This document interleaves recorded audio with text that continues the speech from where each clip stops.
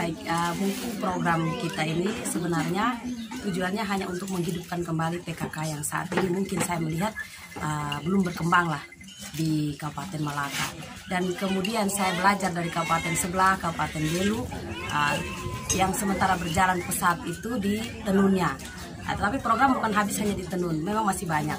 Tapi yang kita lihat saat ini berkembang di Belu itu tenunnya. Dari kita belajar dari kabupaten sebelah bahwa mulai dari proses pembuatan alat-alat itu diakomodir oleh Pemda Belu dan khusus ibu-ibu PKK ini toh. Kemudian untuk pemasarannya setelah misalnya mama-mama menghasilkan tenun yang bagus, yang bisa dijual dan bisa diekspor juga mungkin, ya itu kita bantu untuk pemasarannya. Kita cari pemasarannya. Asalkan kita menghasilkan tenun yang bagus.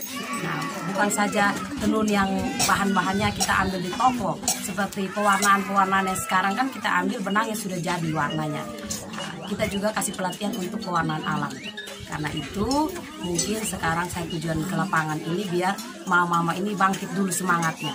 Setelah semangatnya bangkit, ketika terang di kita, paket SNKT menang, maka mama-mama yang sudah hadir di sini dan mungkin mama-mama yang tidak sempat hadir, kita kelompokkan untuk membuat tenun itu tadi. Mengembangkan kembali tenun yang saat ini mungkin sementara mati suri. Mungkin dari saya seperti itu. Bisa, kalau untuk hak cipta, kita kan punya motif beda-beda setiap daerah. Dan Malaka ini kan punya motif tersendiri, Tetun punya motif. Kita Malaka ini ada beberapa suku.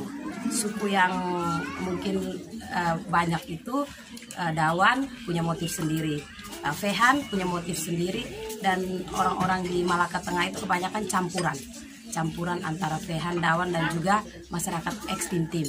Nah, itu punya motif sendiri. Nah, dari motif-motif yang ada kita buatkan hak paten, yaitu bahwa itu hasil dari Kabupaten Malaka. Sehingga kemudian seandainya dipasarkan keluar, kita bawa label yang Kabupaten Malaka ini bisa membedakan dengan kabupaten-kabupaten yang lain ada di NTT dan juga ada di Indonesia ini. Banyak motif karena Indonesia ini kaya akan hasil karya anak bangsa. Kalau untuk menenun sepertinya bukan sekolah ya, lebih ke pelatihan. Karena mama-mama ini kan secara otodidak bisanya. Ini diajarkan turun-temurun. Sehingga mungkin kalau untuk pembelajarannya lebih ke pelatihan. Jadi kita pelatihan dulu cara menenunnya seperti apa, yang mama-mama yang sudah ada ini kita kumpulkan mereka untuk mereka tenun sesuai motif yang di daerah masing-masing. Kemudian untuk pelatihan lebih ke, saya pikir ke pewarnaan-pewarnaan, karena itu menjadi ciri khas. Karena kebanyakan kita pakai warna toko luntur biasanya. Kalau kita pakai pewarnaan alam yang dari bahan-bahan alam, saya rasa untuk tingkat kelunturannya kecil. Mungkin pada saat pencucian awal, tetapi untuk berikutnya sudah tidak luntur. Itu yang menjadi satu patokan untuk pelatihan. Jadi untuk tim ini kan dia bergerak, kalau saat ini kan tim yang bergerak ini untuk memenangkan dulu. Ketika sudah turun, tim-tim ini mendampingi ibu-ibu yang memang sudah dibentuk kelompok. Jadi misalnya kelompok yang ada kelompok tenun, nah ibu-ibu ini mendampingi. Ibu-ibu yang tidak bisa menenun ini dia mendampingi ibu-ibu yang menenun, karena tim ini kan kita bentuk ini kan untuk mendampingi sebenarnya. Untuk mendampingi, mensosialisasikan dan mendatangkan pelatihan.